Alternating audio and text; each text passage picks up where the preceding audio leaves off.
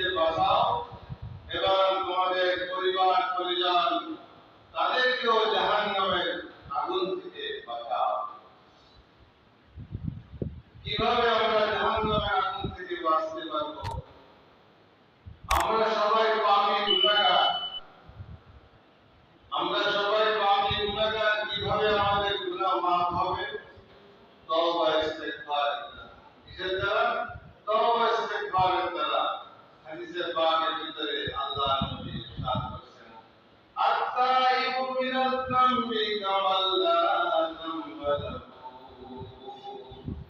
যে ব্যক্তি তওবা করবে তার আমলনামায় কোনো গুনাহ থাকবে না।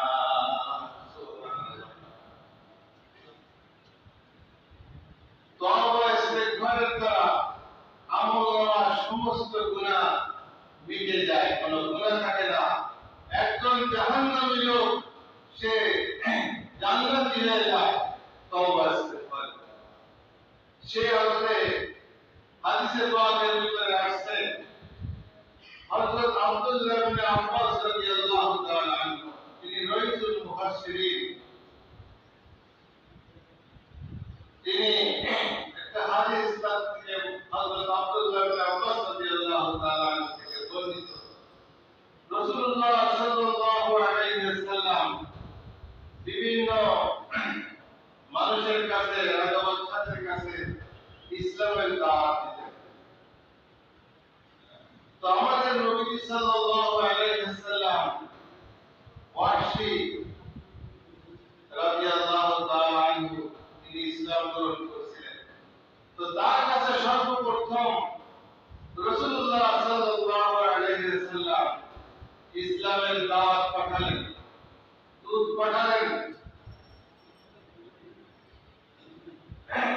দূত যে সময় ওয়াহশীর কাছে দিয়ে বলল, আল্লাহ রাসূল সাল্লাল্লাহু আলাইহি ওয়াসাল্লাম তোমাকে ইসলামের জন্য দাওয়াত পাঠাইছেন, তুমি ইসলাম গ্রহণ করো।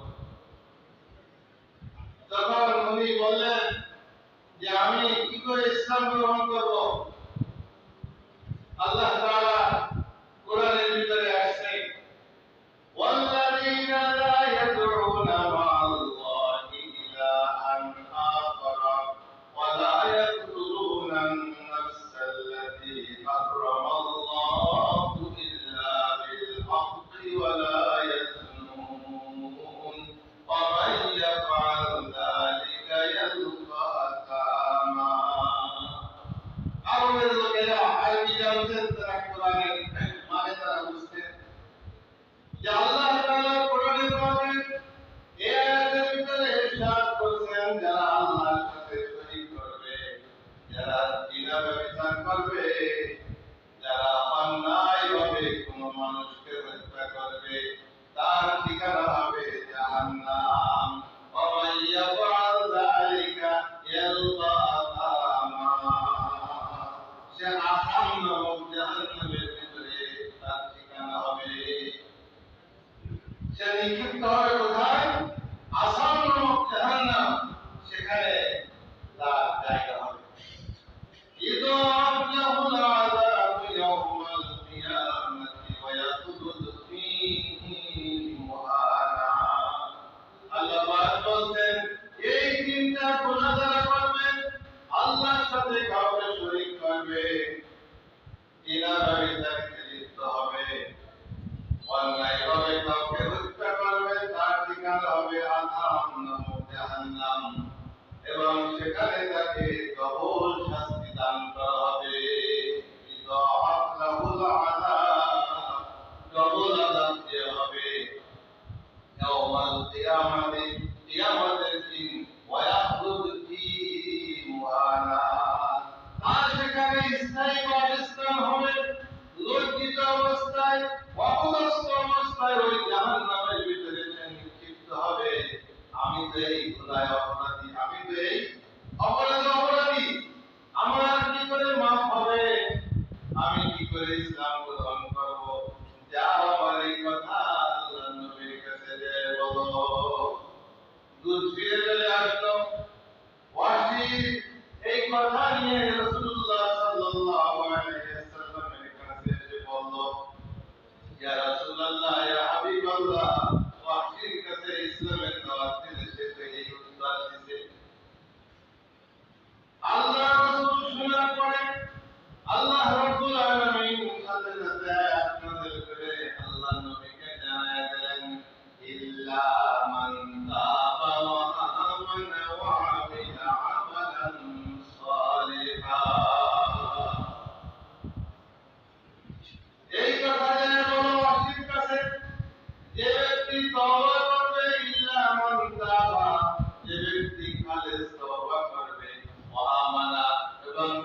মানবে, ইসলাম গ্রহণ করবে, ইল্লা মান তাবা ওয়া আমানা ওয়া আমিলা আমালান সালিহা, এবং যে নেক আমল করবে আল্লাহ তার সমস্ত গুনাহ মাফ করে দেবে। ওয়াসির কাছে দুধ আবার ফিরে আসলো। এই আয়াত যখন পড়ে তাকে দাওয়াত দিল, দাওয়াত দেওয়ার পরে ওয়াসি বলতেছে, বুঝলাম আমি, কিন্তু এখানে আয়াতের ভিতরে একটা শর্ত লাগাই দেওয়া হয়েছে যে তওবা করবে, ঈমান আনবে। আমি তওবা করব, ঈমান আনবো, কিন্তু ওয়া আমিলা আমালান সালিহা, আমি যদি নেক আমল করতে না পারি তাহলে আমার কি অবস্থা হবে? আমি যদি নেক আমল করতে না পারি তাহলে তো আমার ঈমান আনলাম, তওবা করলাম, নেক আমল করলাম না, নেক আমল আল্লাহ শর্ত লাগায়, কি করে আমার ক্ষমা হবে? এটা তো আমার কোনো স্পষ্ট কোনো ক্ষমার কোনো ঘোষণা আয়াতের ভিতরে আমি পাচ্ছি না। দুধ আবার ফিরে চলে আসলো, আবার ফিরে চলে আসলো আল্লাহ নবীর কাছে। আল্লাহ নবীর কাছে এসে যখন আবার এই কথা শোনালো, অশিরি উত্তর শোনালো, মুহাম্মদুর রাসূলুল্লাহ সাল্লাল্লাহু আলাইহি ওয়াসাল্লাম চিন্তায় পড়ে গেলেন। আল্লাহ নবী বললেন, আল্লাহ পাক কোরআনে পাকের ভিতরে ইরশাদ করেছেন, ইন্নাল্লাহা লা ইয়াগফিরুয যুনুবা আইয়ুশরাকা বিহি ওয়া ইয়াগফিরু মা দুনা যালিকা লিমান ইয়াশা। আল্লাহ সুবহানাহু ওয়া তাআলা কোরআনে পাকের ভিতরে ইরশাদ করেছেন, ইন্নাল্লাহা লা ইয়াগফিরুয যুনুব, আল্লাহ তাআলা শিরক ব্যতীত অন্য কোন, শিরক ব্যতীত যত গুনাহ আছে সমস্ত গুনাহ আল্লাহ তাআলা maaf করে দেবেন। ওয়া ইয়াগফিরু মা দুনা যালিকা লিমান ইয়াশা, কিন্তু আল্লাহ পাক যাকে চান তাকে maaf করবেন। শিরক ব্যতীত যত গুনাহ আছে আল্লাহ maaf করবেন, কিন্তু ওয়া ইয়াগফিরু মা দুনা যালিকা লিমান ইয়াশা, কিন্তু আল্লাহ পাক যাকে চান তাকে maaf করবেন। তা এখানে অস্বীকার যে সময় যে আয়াত শোনালো, তখন অস্বীকার বলা শুরু করলো। যে আয়াতের ভিতরে আল্লাহ বলছেন, শিরক ছাড়া আল্লাহ তাআলা সমস্ত গুনাহ maaf করে দেবেন, যাকে চান তাকে আল্লাহ maaf করবেন। আমাকে যে আল্লাহ maaf করবেন এর কোনো স্পষ্ট কোনো ঘোষণা আমি আয়াতের ভিতরে পাচ্ছি না। দাওয়াত দেওয়ার ইসলাম যখন বুঝে গেলে যে ইসলাম গ্রহণ করবে, যে আমি যে এত অপরাধী, এত গুনাহগার, আমার গুনাহ কি করে মাফ হবে? আমার গুনাহ মাফের তো কোনো স্পষ্ট কোনো শব্দ আমি এর ভিতরে পাচ্ছি। দূর মহানবী হযরত মুহাম্মদ মুস্তাফা সাল্লাল্লাহু আলাইহি ওয়াসাল্লামের কাছে ফিরে চলে আসলো। আসার পরে বলেন, ইয়া রাসূলুল্লাহ, ইয়া হাবিবাল্লাহ, তার কাছে যে যখন আমি দাওয়াত দিলাম সে তো বললো, এর ভিতরে আল্লাহ পাক একটা শর্ত লাগাইছেন, যাকে ইচ্ছা তাকে আল্লাহ maaf করবেন। এখন আমাকে যে maaf করবেন এর কোন স্পষ্ট কোন আয়াত তো আমি এর ভিতরে পেলাম না, এর কোন স্পষ্ট শব্দ আয়াতের ভিতরে তো আমি দেখতেছি না।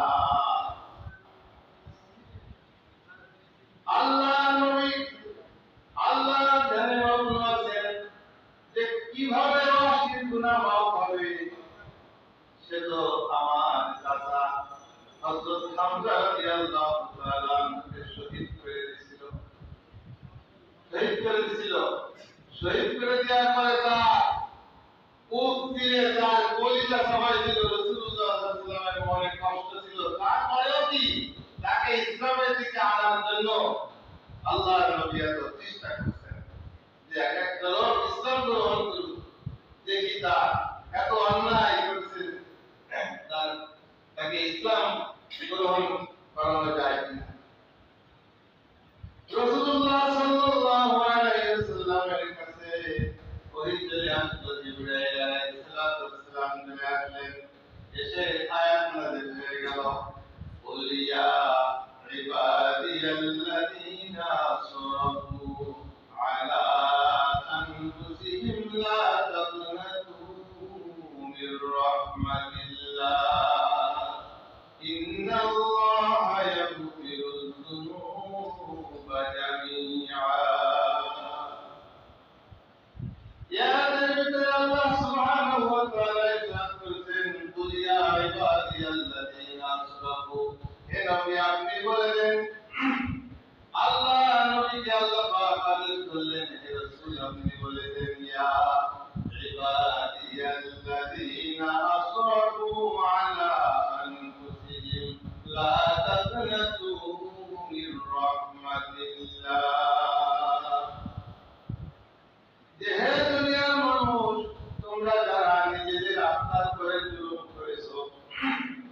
অবিচার করেছো, অন্যায় করেছো জীবন ভর।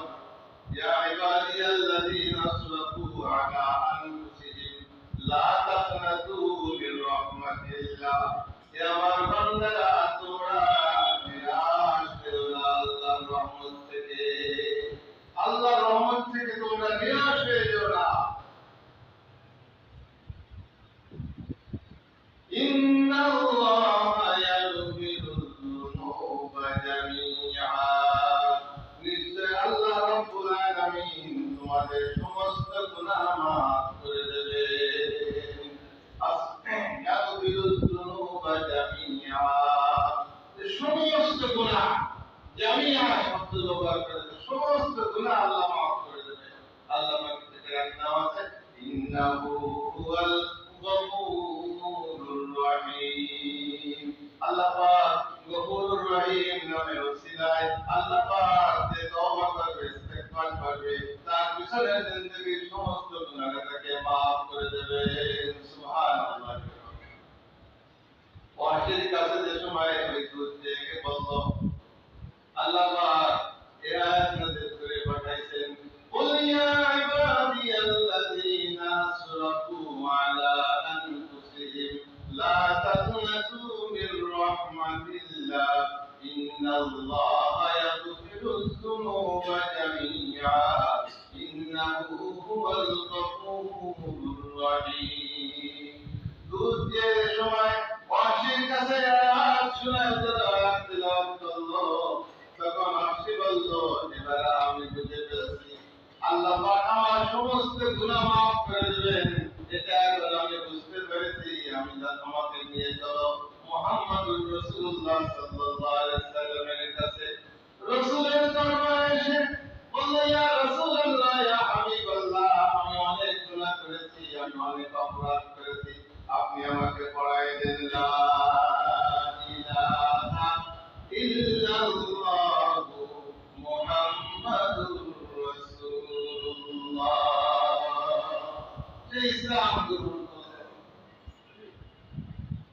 সাহাবীরা বললেন, ইয়া রাসূলুল্লাহ, ইয়া হাবিবাল্লাহ, এই আয়াত তো ওয়াহশীর সামনে নাযিল হয়েছে, ওয়াহশীর ক্ষমার কথা আসছে। এখন এটা কি ওয়াহশীর জন্য খাস নাকি আমরাও এর ভিতরে শামিল আছি? এই আয়াতটা কি ওয়াহশীর জন্য খাস নাকি আমভাবে আল্লাহ সবাইকে মাফ করে দেবেন? আল্লাহ রাসূল বললেন, আল্লাহ পাক সবাইকে ক্ষমা করে দেবেন। সুবহানাল্লাহ। এই আয়াত হযরত তাহিয়াতুল কালবি রাদিয়াল্লাহু তাআলা আনহু একজন বিশিষ্ট সাহাবী ছিলেন।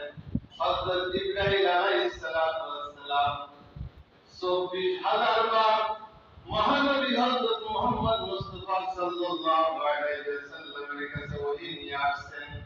তার সশরীরে জিবরাইল আলাইহিস সালাতু ওয়াস সালাম তার সশরীরে তার পূর্ণ আকৃতিতে মুহাম্মদুর রাসূলুল্লাহ সাল্লাল্লাহু আলাইহি ওয়াসাল্লামের কাছে দুইবার আসছেন।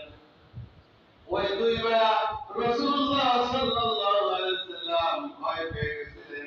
বুখারী শরীফের হাদিসের ভিতরে আসছে, হীরা পর্বতের গুহায় যখন আসে জিবরাইল আলাইহিস সালাতু ওয়াস সালামকে দেখে রাসূলুল্লাহ সাল্লাল্লাহু আলাইহি ওয়াসাল্লাম ভয় পেয়ে গেছিলেন।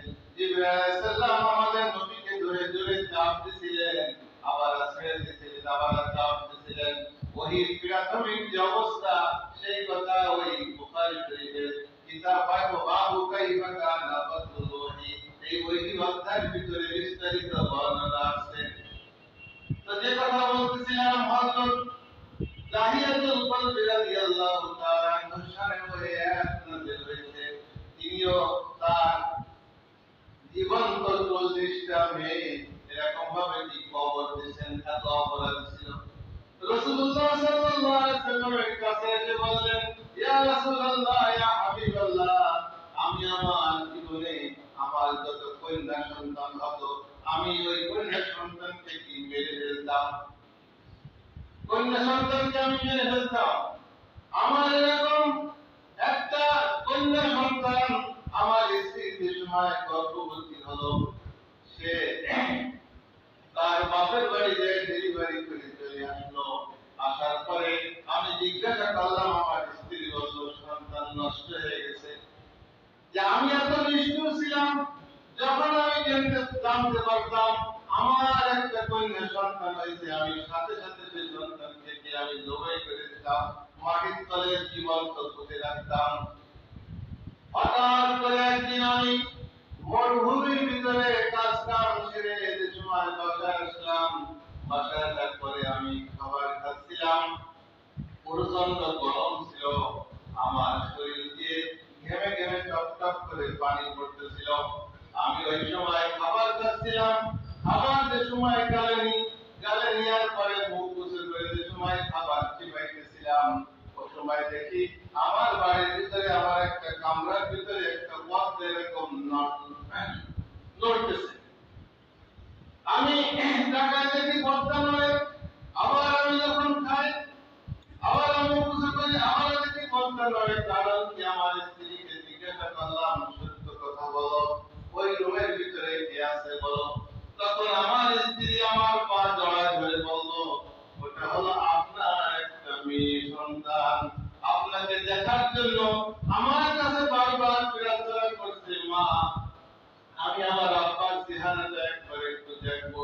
হয় না, তোমার আব্বা এরকম ভাবে যখন জানবে তুমি তার সন্তান, তখন তোমাকে জীবন্ত মেরে ফেলবে, জীবন্ত কবর দেবে। তারপরেও এই সন্তান আপনাকে না দেখে ছাড়বে না। সন্তানের অনেক অনুনয় বিনয় করার কারণে আমি তাকে নিয়ে আসছি। তখন আর ভাত না খেয়ে আমি তাড়াতাড়ি বললাম, ঝুড়ি আর কুদাল দাও, আর ওই মেয়েকে গুছায় দাও।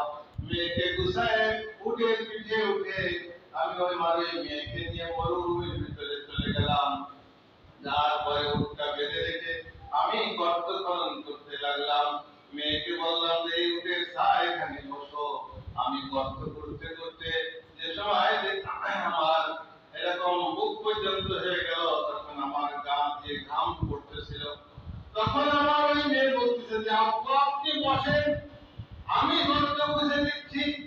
আমার ওই কলিজার টুকরা সন্তান সে নিজে গর্ত খুঁজতেছিল, খুঁজতে খুঁজতে আমি যখন দেখলাম যে তার গলা পর্যন্ত খোঁচা হয়ে গেছে, তখন আমি তার কাঁধের পরে পা দিয়ে আমি মাটি টেনে দিচ্ছিলাম।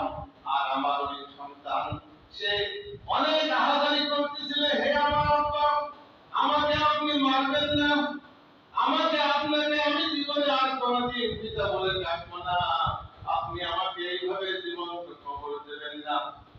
ইয়া রাসূলুল্লাহ, ইয়া হাবিবাল্লাহ, আমার মনে একটু দয়া আসেনি, আমার মন এত কঠিন ছিল। আমি ওই মেয়েকে জীবন্ত কবর দিচ্ছিলাম। যে সময় মাটি কবর দিচ্ছিলাম, সে সময় ওই মাটির ভিতর থেকে আওয়াজ আসতেছিল, লা ইলাহা ইল্লাল্লাহু মুহাম্মাদুর রাসূলুল্লাহ। ইয়া রাসূলুল্লাহ, ইয়া হাবিবাল্লাহ, আমি এত গুনাহ করেছি, আমি এত অপরাধ করেছি, আমার গুনাহ কি ক্ষমা হবে? আল্লাহর রাসূল সাল্লাল্লাহু আলাইহি সাল্লাম দাহিয়াতুল কলবির হাতে হাত দিয়ে চিন্তা করলেন, এর গুনাহ কি করে ক্ষমা হবে? আমি কি করে বলে দেব? এত বড় অপরাধীর গুনাহ কি করে ক্ষমা হবে? আল্লাহ মাফ করবে কিনা? সে একবার আল্লাহর নবী একবার নিজের কানের উপরে মাথা দিচ্ছিলেন, আবার মাথা উঁচু করতেছিলেন।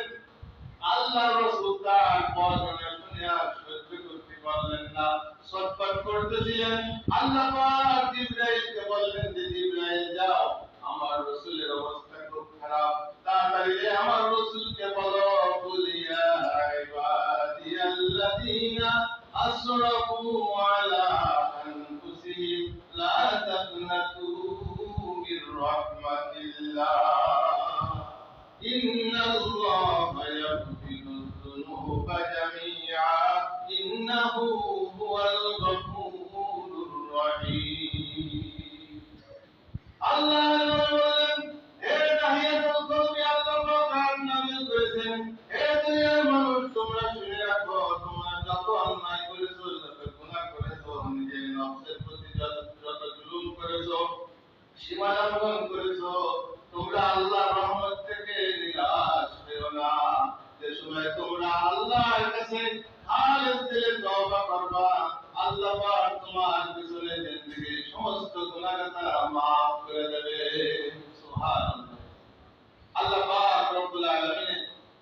হযরত দাহিয়াতুল কলবি রাদিয়াল্লাহু তাআলা আনহুকে আল্লাহ পাক ক্ষমা করে দিয়েছেন কিসের দ্বারা? তওবা দ্বারা, ইস্তিগফারের দ্বারা আল্লাহ পাক ক্ষমা করে দিয়েছেন। আল্লাহ নবী বলেন আত্তাইবু মিনাজ যামবি কামান লা যামবা লাহু, যে ব্যক্তি গুনাহ থেকে তওবা করবে আল্লাহ তার পিছনের জিন্দেগীর সমস্ত গুনাহ মাফ করে দেবেন, তার আমলনামায় যেমন যেন কোনো গুনাহ নাই।